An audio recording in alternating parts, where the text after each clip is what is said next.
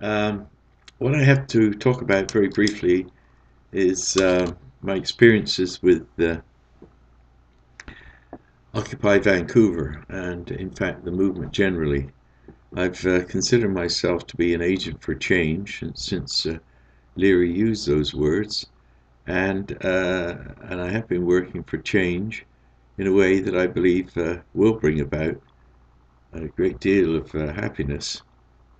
And I certainly took advantage of the Occupy Vancouver movement by being able to give a 6 minute speech, something I've been denied in Vancouver since I think 2009 when I had actually got a hold of uh, Neil Magnuson's Loudhailer and gave essentially the same speech in front of the art gallery on, I guess that would be 420 that year.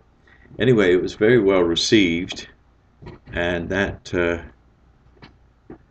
might have had something to do with me determining that by putting out the none of the above option publicly with as much philosophy and with as little political intent as possible, I could do some good.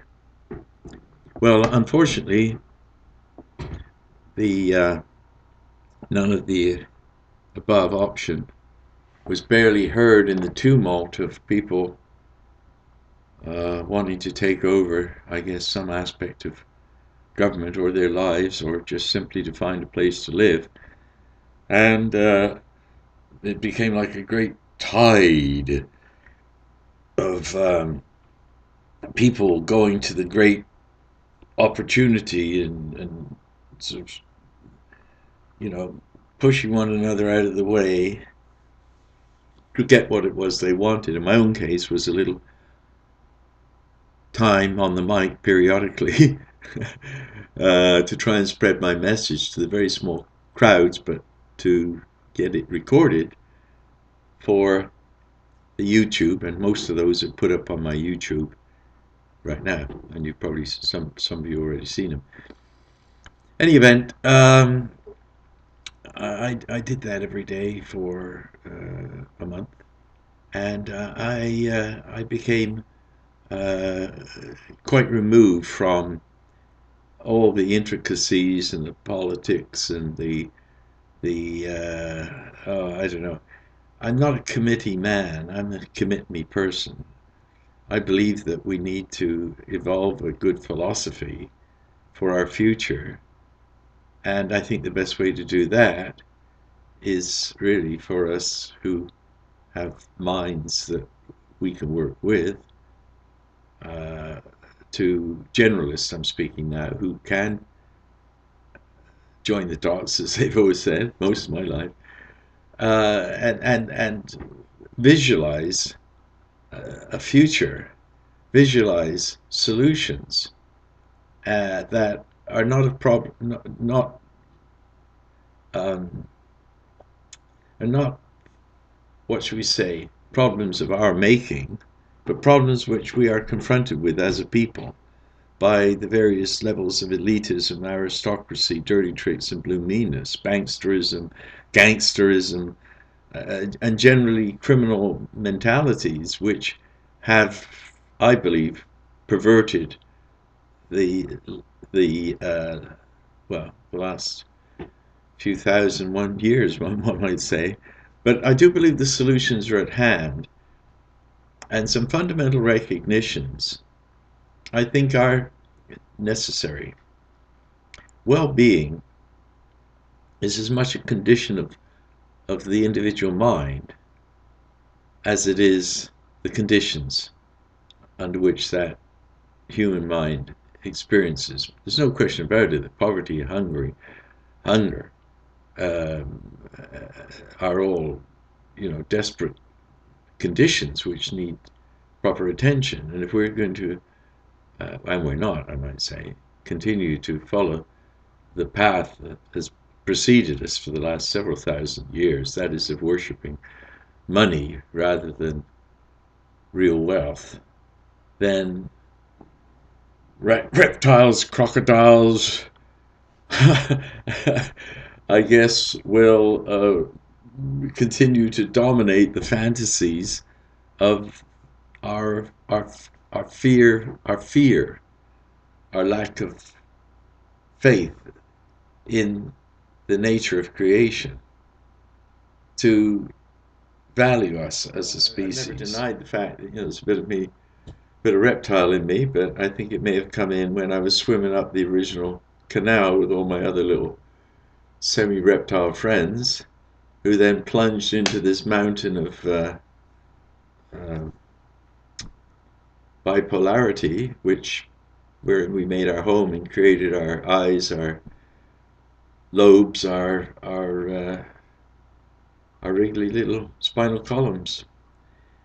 So I think any fear is foolish negative projection by your mind, because I believe it's really vital to understand that we are children of a great and willful creation, and that we are given uh, free will and choice, and especially what we give value to, what we give truth to, what we say, yeah, that must be the way it is. Yeah, it's not that I don't see the questions which arise when we look at the whole issue of domination by bloodlines and so on. The only answer, it seems, are, well, I'm not going to go there, but a lot of people believe only assassination will ever clear the world. In other words, revolution. I'm not in revolution. I'm in rebellion. I'm saying, hey, we have a status quo which lives in fear of its own security, because basically it's a great parasite on the working community, the people who actually make it all happen. And those people are absolutely servants, but they're not slaves. And any effort to turn them into slaves, of course, is going to bring about a reaction. And I think that the this parasite class of what they used to call them coupon clippers, really. And I'm one of those now because I get a pension. My children said a long time ago, Dad, we're paying taxes. You've been a tax resistor all these years. Well, I mean, you could be a tax resistor, but every time you go to the store, you buy anything, you're taxed. So, and of course, that's entirely wrong. I mean, the only thing that should be taxed are profits. But there again, I believe that most busyness is a form of addiction, and people can't stop being busy. I got to be busy, busy, busy, busy. It's like the Mad Hatter, racing, racing around the whole time. I'm late, I'm late, I'm late for a very important date. What the hell is all that about? Anyway, I also believe that there's certain conflicts which are finding resolution in our time. Um, I believe that there is perhaps uh, some value in looking at ourselves astrophysically, in addition at the nano level, the microscopic level, the vacuum in space with clouds of, determined little willful atoms all swinging around or doing what's going on or creating little molecules and all that chemistry being whizzed through space and time, and we're sort of picking up on a bit of what's going on, like the trail of a comet, going, where the hell was that now? Oh, it's water. Well, um, I would say that, if the planet needs, um,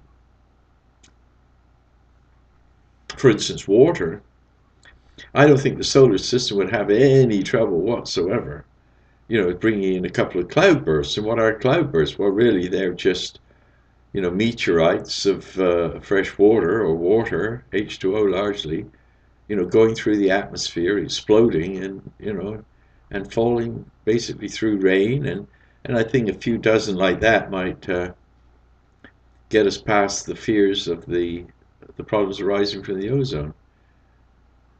However, as long as people are only interested really in the numbers in their bank accounts and have no real concern for the larger well-being of the community, then it demands us as individuals to begin to do something about it. In my own view, we can only do that through a bloodless coup, and that can only be brought about through not another political party, but another random selection, and a gender balanced random selection from people that choose to vote none of the above. That's the only practical solution after 52 years that I can come up with, because it's the only simple solution. And it's a very simple thing. It says, vote none of the above, and what I'm trying to do here is send these to the Governor General